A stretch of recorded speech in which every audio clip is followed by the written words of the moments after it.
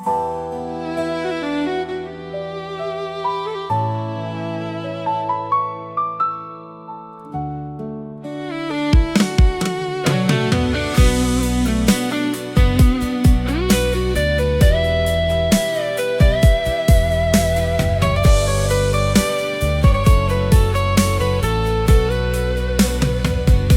ចាប់ដើមស្រទុំ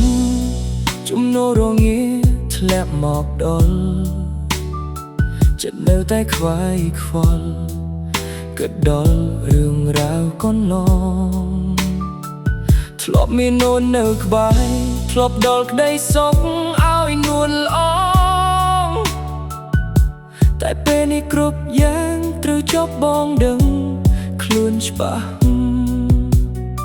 ឃើញអូនមានអ្នកថ្មីមើលថែរូបអូនបានល្អជាងបងបានត្រឹមឈរអៀងលាក់ខ្លួនក្នុងស្រមោលចាស់មិនចង់ធ្វើជាអបសុខរៀបរងផ្លូវស្នេហ៍ថ្មីឡើយណាស្រស់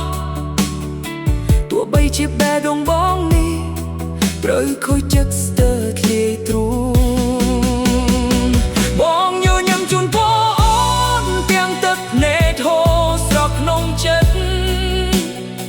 ព្រោះដឹងថាក្តីស្នេហ៍ពិតមិនមែនទាមទារឲ្យនៅក្បែរ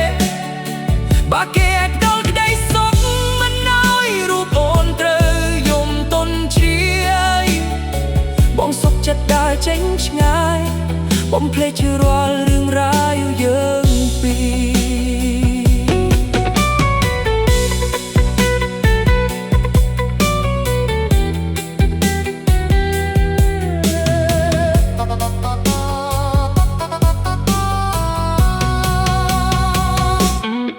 វាហើយស្រីថ្លៃវាទាំងអាឡ័យនឹងឈឺផ្សាទោះបីថ្ងៃខាងមុខគ្មានវាសនាបានក្បែរកាយកងដល់ភក្តីសូមរក្សាការចងចាំល្អៗទៅក្នុងបេះដូងមួយនេះស្រីសូមឲ្យអូននឹងគេមានក្តីសុខជារៀងរហូតទៅ